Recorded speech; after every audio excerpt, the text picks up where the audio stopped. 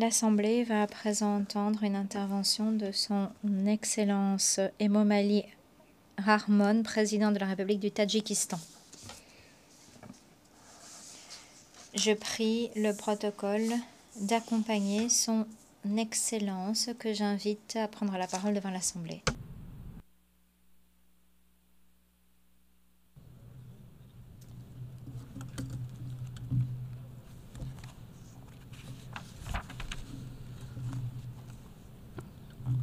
محترم جناب رئیس حاضرین گرامی Madame la Présidente, Excellence, Monsieur le Secrétaire Général, Mesdames et Messieurs, d'emblée, je félicite chaleureusement son Excellence, Monsieur Philémon Yang, de son élection à la présidence de la 79e session de l'Assemblée générale des Nations unies. Je souhaite également remercier Monsieur Denis Francis de son travail à la présidence de la 78e session de l'Assemblée générale. Mesdames et messieurs, le monde fait aujourd'hui face à des situations aussi délicates que complexes. Les processus géopolitiques complexes, la militarisation rapide, l'escalade de la guerre froide, les conflits armés, les conséquences des changements climatiques et autres périls et menaces auront indubitablement des retombées délétères sur le long terme. Dans ce contexte, il est plus important que jamais d'unir les forces de la communauté internationale pour protéger la sécurité, maintenir la stabilité et parvenir au développement durable. De toute évidence, l'on peut garantir la paix pérenne, la vie harmonieuse de l'humanité et la prospérité des pays grâce à une entente mutuelle et une coopération constructive. Nous devons unir nos forces pour atteindre ces objectifs, pour mettre un terme à toutes les guerres, à tous les conflits et pour atteindre nos objectifs pacifiques. L'heure a sonné de prendre des mesures concrètes et audacieuses pour renforcer le rôle clé joué par les Nations unies dans le règlement de conflits et dans le rétablissement de la paix et de la stabilité de par le monde. À ce sujet, je propose l'adoption d'une résolution de l'Assemblée générale des Nations unies déclarant une décennie de promotion de la paix pour les générations futures. Je n'ai eu de cesse de le répéter, le Tadjikistan appelle toujours de ses vœux le règlement de tous les conflits par la voie exclusivement politique et diplomatique. Parallèlement, je tiens à insister sur le fait que la République du Tadjikistan continue d'apporter un soutien indéfectible à la mise en œuvre du programme 2030 et à la réalisation des objectifs de développement durable. Il convient de souligner que le principal message de ce programme est transposé dans la stratégie de développement national du Tadjikistan d'ici 2030 et que des efforts inlassables sont consentis pour réaliser les objectifs en question. Cependant, un large éventail de difficultés viennent entraver le financement du développement durable. Parmi ces difficultés, des troubles sécuritaires, les crises économiques et financières, un réchauffement sans précédent, conséquence des changements climatiques et de la perte de biodiversité, ainsi que des pandémies. Dans une déclaration politique récemment adoptée par l'Assemblée générale, les États membres avaient reconnu que la réalisation des objectifs de développement durable était menacée. Selon le rapport du secrétaire général des Nations unies, la communauté internationale ne pourra réaliser que 17% des objectifs de développement durable d'ici 2030. Nous assistons à ces écueils dans la réalisation des ODD dans grand nombre de pays en développement. Par voie de conséquence, il nous appartient de redoubler nos efforts pour mettre en œuvre le programme 2030 dans les plus brefs délais, en nous concentrant tout particulièrement sur le financement du développement durable. En d'autres termes, il faut donner la priorité au développement durable des pays en développement et donner la priorité au financement. Nous comptons également que la 4e conférence internationale sur le financement du développement, qui se tiendra en Espagne en juillet 2025, conformément à la résolution de l'Assemblée générale des Nations unies, jouera un rôle décisif pour trouver de nouveaux voies et moyens de faire tomber les obstacles au financement du développement. Les activités du système financier économique international devraient absolument satisfaire les besoins des pays en développement, de sorte que les États membres puissent mieux riposter aux menaces et défis modernes. Afin de réaliser les objectifs et de mettre en œuvre les programmes évoqués, selon nous, il est essentiel de continuer de financer les pays qui en ont besoin par le truchement d'institutions financières internationales, notamment l'Association internationale pour le développement. Les technologies numériques et l'intelligence artificielle contribueront à la réalisation des ODD. Le Tadjikistan prend des mesures efficaces et nécessaires pour amorcer une transition graduelle vers un système numérisé en adoptant une stratégie nationale et différentes lois. À ce sujet, je propose à l'Assemblée générale d'adopter lors de sa prochaine session une résolution spéciale sur le rôle joué par l'intelligence artificielle dans la création de nouvelles possibilités de développement socio-économique et d'accélération de la réalisation des ODD dans la région d'Asie centrale. Le Tadjikistan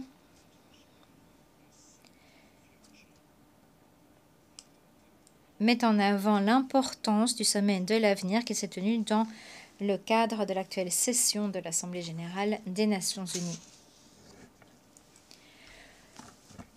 Le document intergouvernemental intitulé Le Pacte pour l'avenir, adopté lors du sommet, joue un rôle décisif dans la garantie de la paix, de la sécurité et du développement durable. Et nous nous félicitons de la volonté de la communauté internationale de mettre en œuvre ce pacte. Ce pacte a été adopté à un moment où des millions de civils font face à des risques et des périls dans de nombreuses régions du monde. Selon nous, la communauté internationale se doit de prendre des mesures conjointes et efficaces pour contrer la menace du terrorisme, de l'extrémisme, du radicalisme, de la cybercriminalité, du trafic de drogue, du trafic d'armes et autres manifestations de la criminalité transnationale. Par ailleurs, la montée de l'islamophobie et la tendance du deux poids, deux mesures dans les relations internationales au cours des dernières années sont devenues source de vives préoccupations. Notre pays mène régulièrement des initiatives en coopération avec les Nations unies et ses entités spécialisées, mais aussi en coopération avec d'autres partenaires internationaux afin de contrer les menaces pesant sur la sécurité. Voilà pourquoi le Tadjikistan et l'État du Koweït, en coopération avec le Bureau des Nations unies contre le terrorisme, organiseront la prochaine réunion de haut niveau dans le cadre du processus de Dushanbe sur la lutte antiterroriste au Koweït au mois de novembre.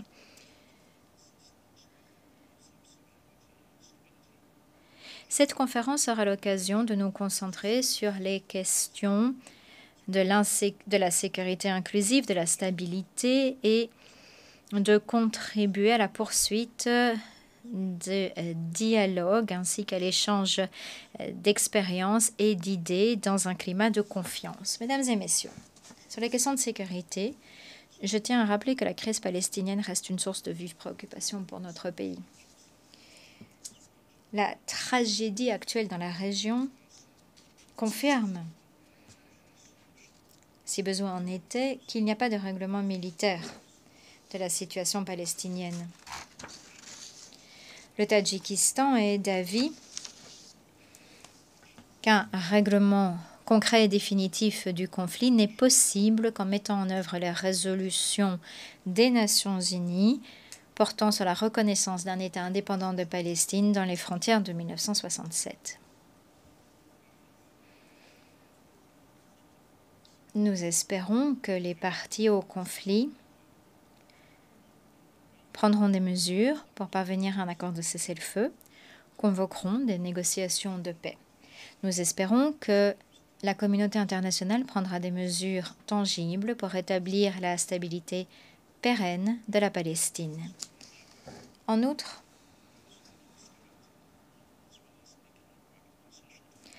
nous appuyons la pérennisation de la paix, de la stabilité, ainsi que le développement socio-économique dans le pays voisin qu'est l'Afghanistan.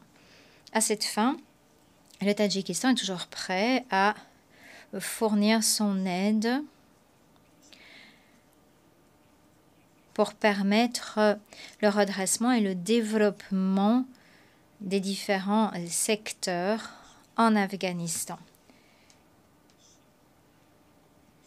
Par conséquent, j'exhorte la communauté internationale à ne ménager aucun effort pour aider le peuple afghan qui souffre de longue date, notamment dans les régions touchées par les catastrophes naturelles, afin d'éviter une crise humanitaire dans le pays. Mesdames et messieurs, un peu plus d'un an s'est écoulé depuis la conférence des Nations unies sur l'eau en 2023. Selon les rapports des différentes entités compétentes des Nations unies, les progrès réalisés dans l'approvisionnement en eau et les mesures d'assainissement, malgré certaines améliorations, continuent de laisser à désirer.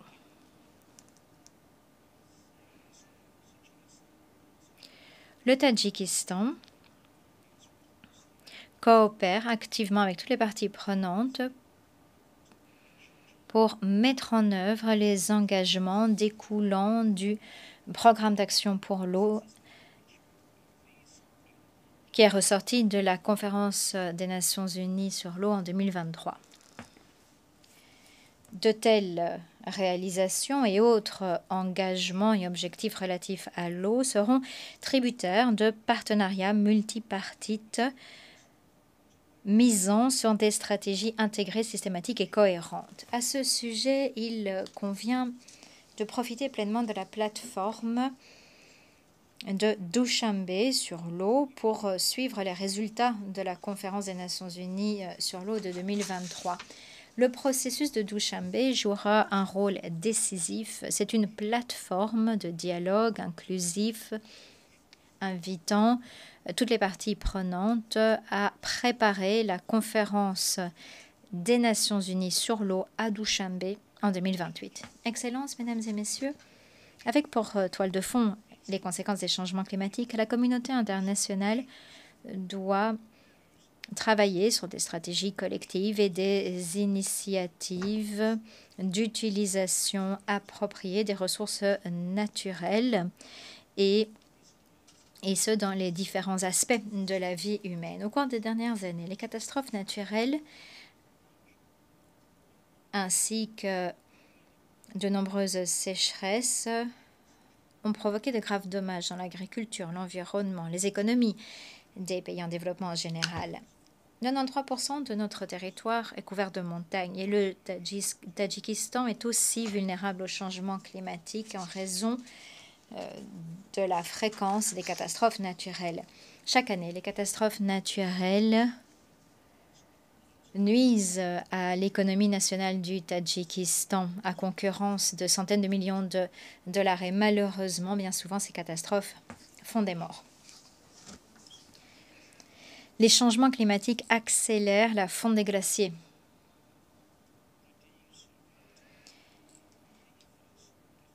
et réduisent le volume hydrique des fleuves dans de nombreuses régions du monde, y compris en Asie centrale. Ce processus a des retombées délétères sur des pans de l'économie nationale, dans les domaines de l'énergie, de l'industrie, de l'agriculture. Aujourd'hui,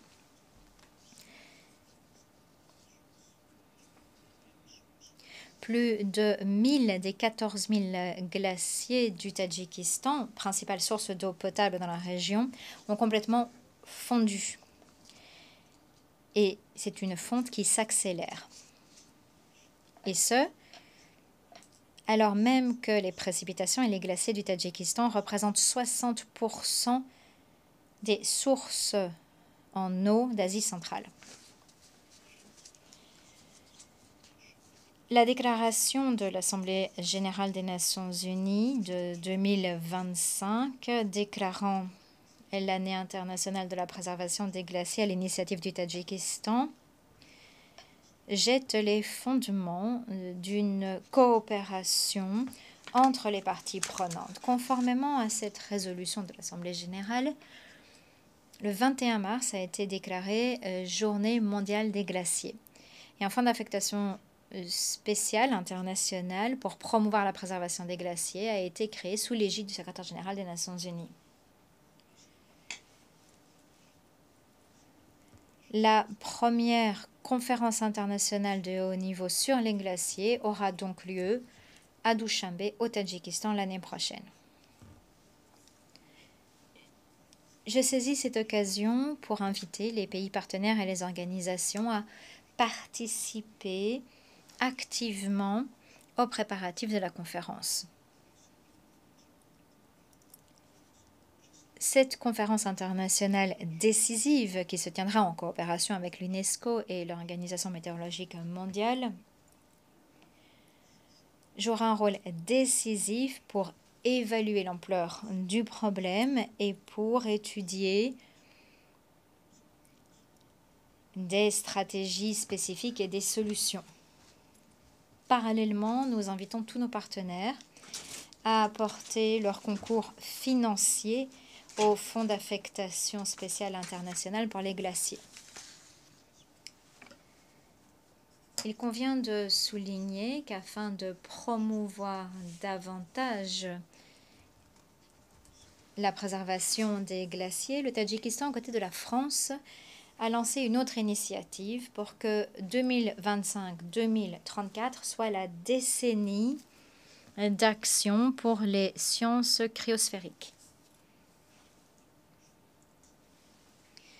Notre pays a adopté une stratégie nationale d'adaptation au changement climatique 2030, conformément à ses obligations internationales, notamment les dispositions spécifiques de l'accord de Paris. De toute évidence, l'une des façons d'atténuer les problèmes liés au changement climatique, c'est de créer une économie verte. Ce qui doit conduire à un développement vert. Vu l'importance de la question, notre pays a approuvé et applique actuellement la stratégie du développement de l'économie verte 2023-2037. À l'heure actuelle, nous produisons 98% de notre électricité grâce aux ressources hydroélectriques de notre pays. Et nous sommes en 6e position dans le monde en termes de part de l'énergie verte venant de sources renouvelables. L'objectif de notre plan est de faire du Tadjikistan un pays vert d'ici 2037. Aujourd'hui, trouver des solutions aux problèmes quotidiens d'adaptation au changement climatique et atténuer la gravité de ces conséquences délétères sont les priorités de la communauté internationale.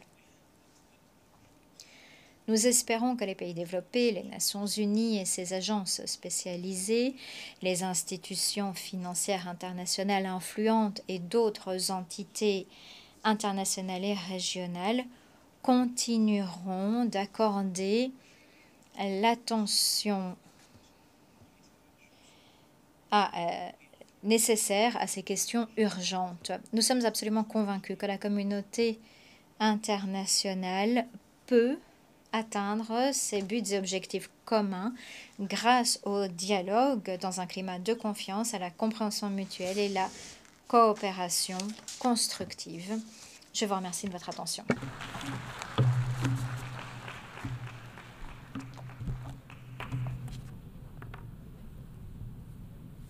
Agradezco. Je remercie le président de la République du Tadjikistan